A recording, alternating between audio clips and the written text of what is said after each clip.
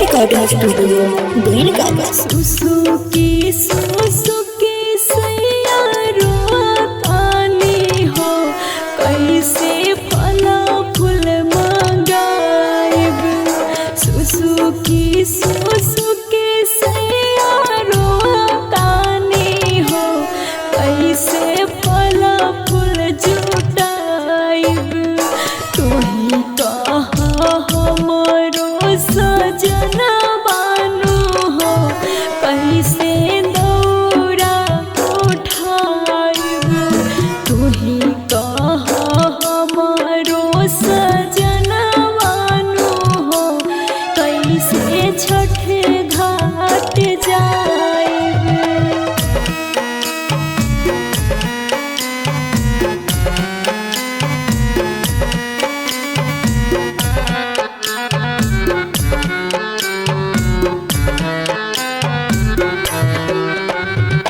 मानेला ना हमारो तू बतियानो हो, कैसे तुहे समझाए।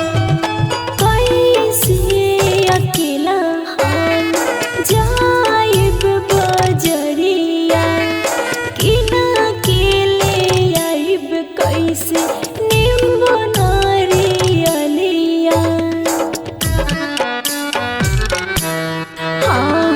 कैसे अकेला हम जाइब बजरिया, किना के ले आइब कैसे नींबू नारियलिया। भरी के बा छठे घाटे कोसियानो हो, कैसे उखिया मंगाइब। भरी के बा छठे घाटे कोसियानो हो, कैसे उखिया मंगाइब।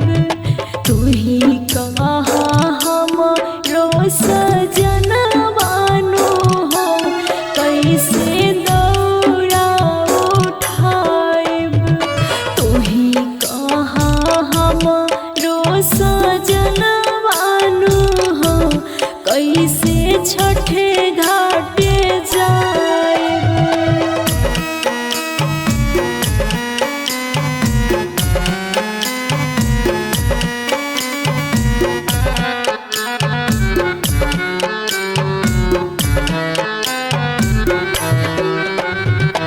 आईबाना छोड़ी के नौकरियानो हो, कैसे छठ घाट जाइब। कसहु अभिषेक सैया छुट्टी लेके आए, छोटी बादे वरवा कैसे दौरा उठाई।